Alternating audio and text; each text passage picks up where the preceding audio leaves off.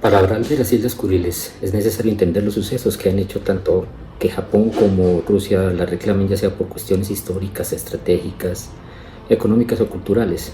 Los territorios del norte, como son llamados en Japón, que para los rusos son simplemente una parte de la cadena de las Kuriles, comprenden las islas del grupo de Habomai, Chikotan, Kunashiri y Orafu.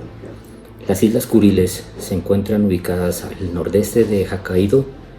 hasta la península de Kamchatka, que separa el Mar de Ojotsk del Océano Pacífico Norte. La historia de las Islas Kuriles remonta al siglo XVII, cuando están pobladas originalmente por una rama de la población ainú autóctona de las islas, al igual que los Navijis de la isla de Sajalín. El primer registro encontrado sobre la administración del archipiélago se registra por parte del clan Matsumae, protectores de los ainú de Hokkaido. Históricamente las Islas Kuriles fueron habitadas por los aborígenes ainúes hasta que fueron expulsados en el siglo XVII por los rusos. El primer registro geográfico encontrado de estas islas data del siglo XIV, donde fue hallado un mapa de la era Shōgo de Japón. Al comienzo del shogunato de Tokugawa, en 1644, se aprecian cartas que incluyen 39 islas de diversos tamaños. En el mapa ya aparecen algunos topónimos para ciertas islas como Choka, una adaptación del nombre original en ainú para la isla Paramushir y sus islas vecinas. También aparece Rakoshima, una denominación del archipiélago de las islas comprendidas desde la isla de Onekotan a Shimoshir. El primer registro de una visita a las islas por parte de los rusos data a comienzos del siglo XIX, cuando el capitán ruso Vasily Golovnin y su tripulación, quienes se habían detenido en Kunashir durante la elaboración de un estudio hidrográfico, fueron apresados por miembros del clan Nambu y enviados a las autoridades Matsumae. Al año siguiente del suceso, el capitán Golovnin y un comerciante japonés, Takadaya Kahei, también fue capturado en 1812 cerca de Kunashir por Petro Prikor, otro capitán de navío ruso, y esto llevó a Japón y a Rusia a acordar delimitar la frontera entre ambos países. Rusia, consciente de los intentos de aperturismo de Japón llevados a cabo en 1844 por parte de los neerlandeses y los estadounidenses en la expedición de James Biddle en 1846, decidió enviar una expedición diplomática, esperando ser la primera potencia en obtener tratados ventajosos con el aislacionista shogunato Tokugawa. Para el cometido, Rusia designó al almirante Putiaitin al frente de la misión a bordo de la fragata Pallada. La misión salió del puerto de Kronstadt, en la costa báltica de Rusia, el 7 de octubre de 1852, pero diversos problemas en el viaje le hicieron retrasarse, por lo que arribó al puerto de Nagasaki, en Japón, más o menos en agosto de 1853, 6 meses más tarde que el comodoro estadounidense Perry, quien ya había logrado la firma del Tratado de Kanagawa, daba fin al Sakoku japonés. El Sakoku japonés era la política del shogunato de Tokugawa, donde nadie, fuera extranjero o japonés, podía entrar o salir del país so pena de muerte.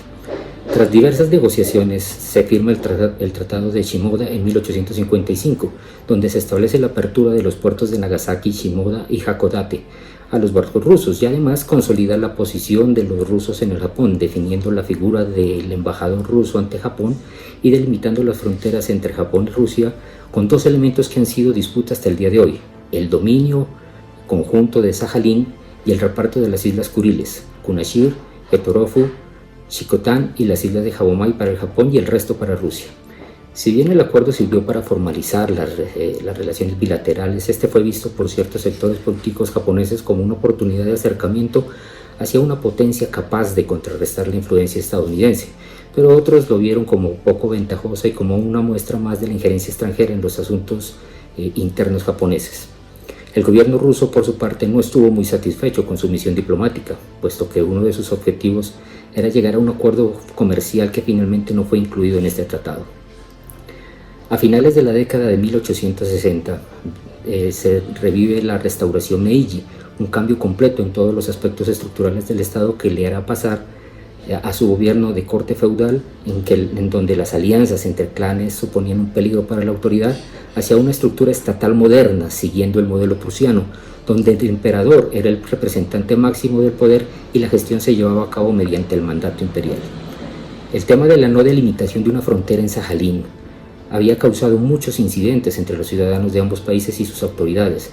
Por ello, en 1867 el diplomático japonés Enomoto Takeaki había sido enviado a San Petersburgo para delimitar una frontera en la isla, llegando a un preacuerdo conocido como el Tratado Provisional Ruso-Japonés de la isla de Karafuto.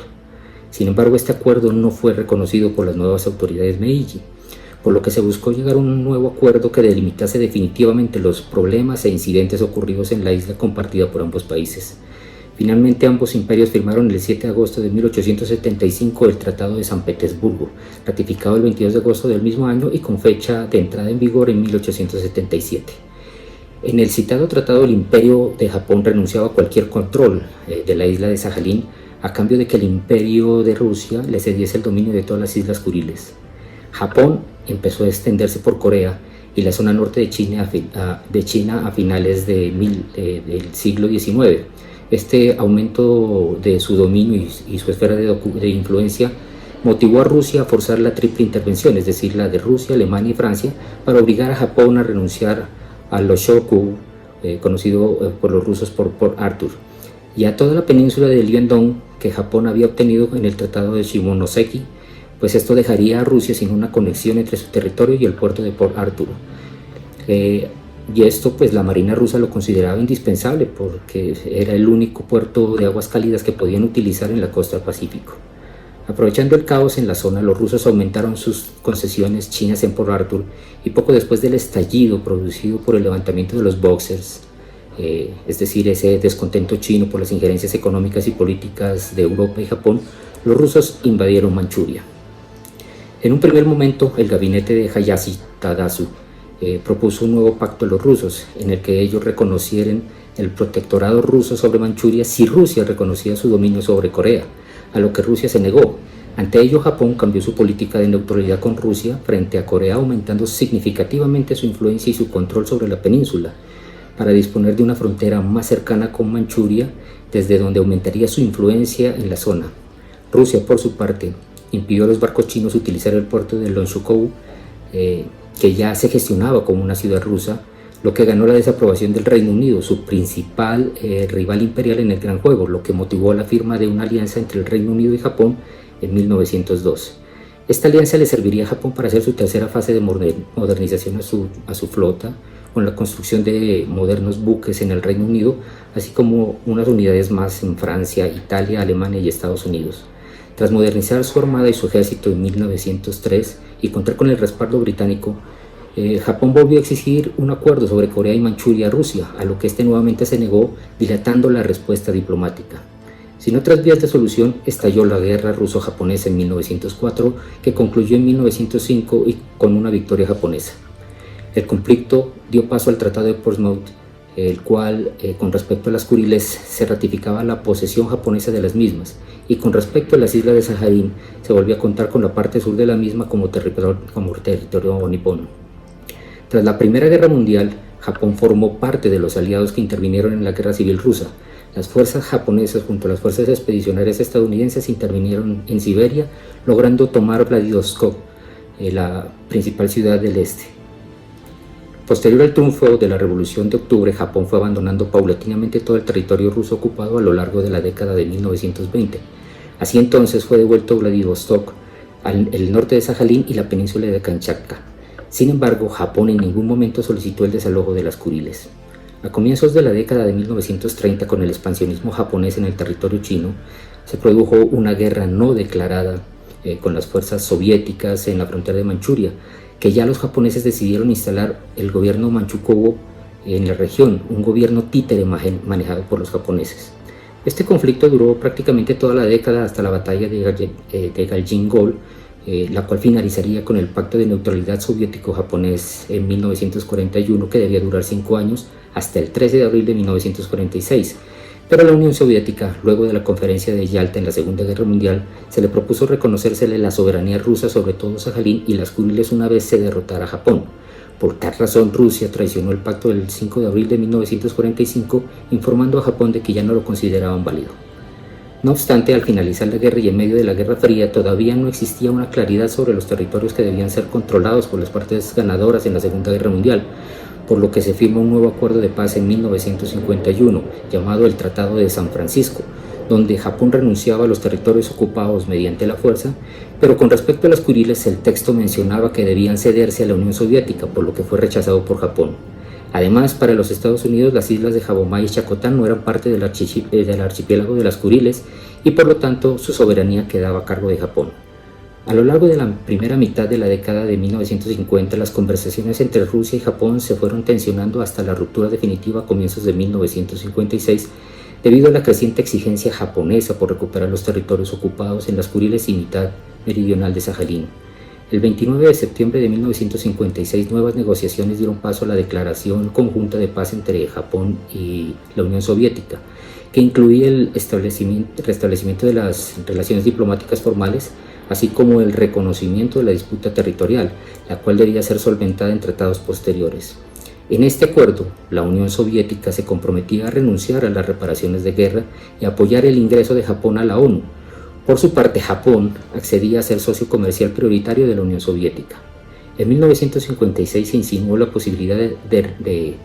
la devolución de las islas de Jabomai y Chicotán si Japón abandonaba su alianza con los Estados Unidos. En 1960, el gobierno ruso retiró la oferta tras el Tratado de Cooperación Mutua y de Seguridad entre los Estados Unidos y Japón.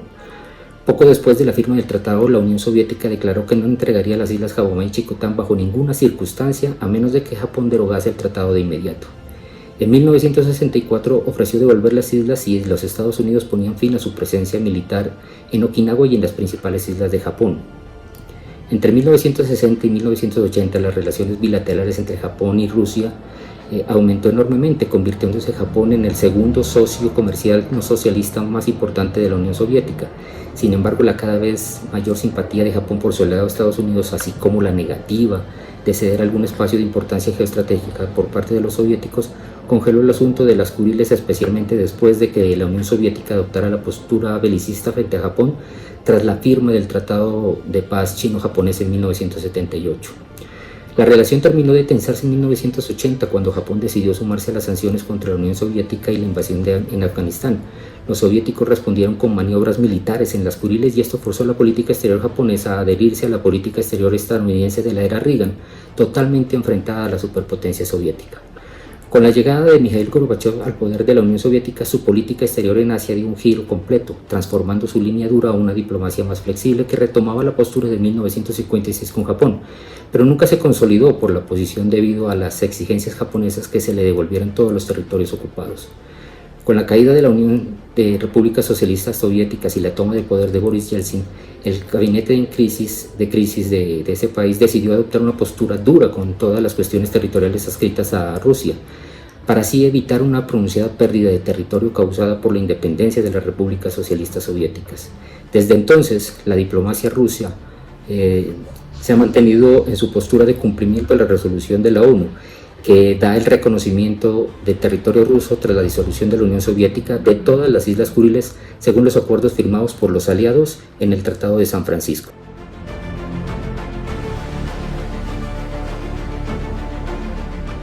Los motivos que originaron este conflicto fueron varios. Entre ellos están las causas territoriales, es decir, el deseo tanto de Japón como de Rusia por colonizar las islas Kuriles debido a su importancia geoestratégica y económica. La importancia estratégica que representan estas islas Kuriles para Rusia, pues estas, recordemos, se convierten en un paso necesario para su flota de submarinos nucleares apostados en Vladivostok, entre el mar de Ojotsk y la península de Kamchatka. Hay causas históricas. Los japoneses son quienes tienen los registros documentados más antiguos tanto en cartografía como de pobladores japoneses desde el siglo XIV, lo cual resulta ser los archivos más antiguos que se conocen en la región. La administración más antigua de la que se puede tener conocimiento corresponde a la administración japonesa de Matsumae. La población indígena japonesa de los Ainu han sido los pobladores más antiguos de las islas hasta su expulsión por parte de los rusos en el siglo XVII. Dentro de las causas económicas, encontramos que las islas poseen en su mar territorial una riqueza pesquera que la constituye en la actividad económica más importante de la región. Existen estudios detallados por parte de estos dos países que permitirían demostrar que en el sector podrían encontrarse grandes yacimientos de petróleo y de gas. También se han encontrado grandes yacimientos de diversos minerales de gran importancia.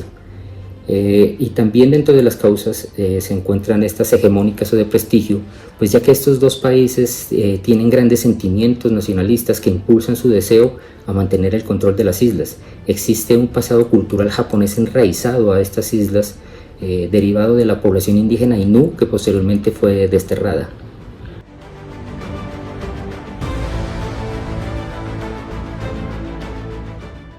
Este conflicto se constituye como un conflicto de orden político, debido a que existen aspectos no solo políticos, sino también de orden diplomático, militar y cultural, que han estado ligados a lo largo de la historia a la suscripción de tratados encaminados a resolver tanto su problemática limítrofe como su control territorial.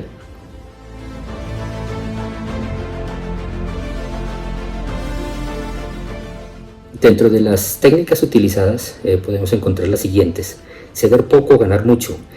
Recordemos que en 1812 se dio la apertura de los puertos a los barcos rusos a cambio del dominio conjunto de Sajalín y el reparto de las Islas Kuriles. También podemos encontrar una estrategia de equipo, pues durante todas las fases de negociación fueron equipos diplomáticos de los dos países los que llevaron a cabo las conversaciones. También podemos encontrar una presión de poder, ya que la imposición de demandas por parte de Japón en la guerra ruso-japonesa, la imposición de las demandas en la parte rusa en la Segunda Guerra Mundial y la intimidación rusa a Japón por los acuerdos de cooperación y alianza ruso-estadounidense, pues daban razón a esto. También podemos encontrar el principio de las reglas escritas, pues para la solución de este conflicto durante sus diferentes etapas históricas. Rusia y Japón han plasmado la firma en diferentes acuerdos, tratados y pactos, dentro de los cuales podemos ver el Tratado de Shimoda, el Tratado de San Petersburgo, el Tratado de Portsmouth y el Tratado de San Francisco. Y finalmente podemos encontrar el principio de la declaratoria de guerra. Acordémonos de la guerra ruso-japonesa en 1904, la guerra no declarada en la frontera de Manchuria en 1930 y la Segunda Guerra Mundial en 1945.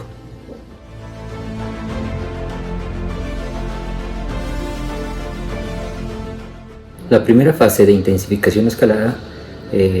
podemos darnos cuenta de que ahí se presentan cambios de tácticas, es decir, desde las promesas hasta las amenazas o desde la persuasión hasta la coacción. Se ha ampliado la cantidad de asuntos conflictivos entre estas dos partes y hay un apego a los compromisos y hay un entrampamiento dentro de estas negociaciones. La segunda fase de estancamiento, pues nos podemos dar cuenta que hasta el momento no ha habido ningún acuerdo y ninguno está dispuesto a ceder. Este fracaso se debe a que las tácticas competitivas que se han utilizado no han sido suficientes y ha habido un verdadero agotamiento de los recursos de los que los dos países disponen, aunado a una inexhaustibilidad a los costos. La tercera fase, desescalada y descenso, digamos que en el transcurso de su cronología se ha incrementado el contacto y la comunicación entre las dos partes de manera controlada, evidentemente, que ha habido alguna construcción de momentos y que ha habido algunos gestos conciliadores, pero en el estado actual estas dos partes siguen estancadas. Digamos que hasta el 2022, de acuerdo a las últimas comunicaciones de estos dos países, el conflicto se mantiene en desescalamiento, pero no ha llegado a un acuerdo que pueda resolver este conflicto.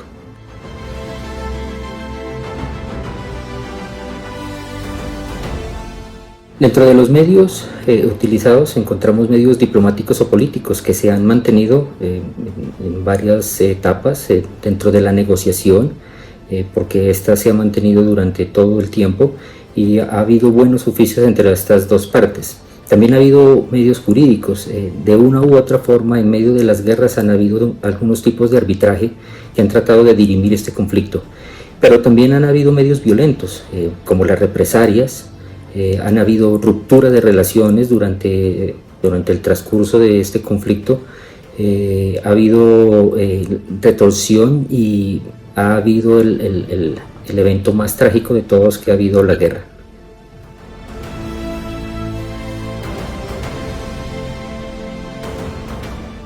El conflicto sigue sin resolverse. Aunque las islas están habitadas por pocos ciudadanos, estas fueron ocupadas por tropas rusas desde la Segunda Guerra Mundial. y actualmente Japón acusa a Rusia de ocupar ilegalmente las Islas Kuriles, apoyados en las normas establecidas por el Tratado Bilateral de Comercio y Fronteras, mientras que Rusia las considera como territorio inalienable basado en los tratados internacionales que datan de fin de la Segunda Guerra Mundial. Japón ha retrasado la firma de un acuerdo de paz esperando recuperar la soberanía de las islas. Antes de marzo de 2022, Rusia puso fin a las conversaciones debido a la imposibilidad de continuar con estas tras su operación militar especial en Ucrania.